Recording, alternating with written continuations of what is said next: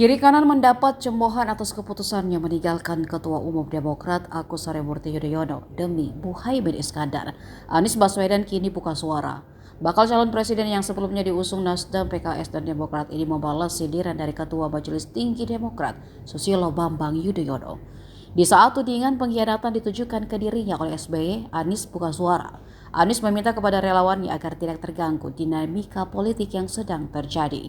Sebaiknya baca pres itu meminta agar relawan fokus pada usaha menciptakan perubahan di Indonesia. Sementara soal perubahan, Anies pun mengingatkan agar menerimanya dengan keikhlasan, yang artinya saat dipuji tidak terbang dan dicaci tidak tumbang. Assalamualaikum warahmatullahi wabarakatuh. Buat seluruh relawan, mari kita terus konsentrasi pada usaha kita untuk melakukan perubahan. Kita ingin Indonesia yang lebih adil, kita ingin Indonesia yang lebih maju. Dan kita fokus di situ.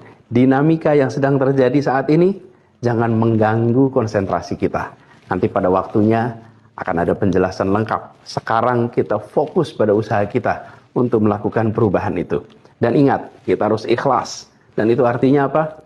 Dipuji tidak terbang, dicaci tidak tumbang. Kita jalanin.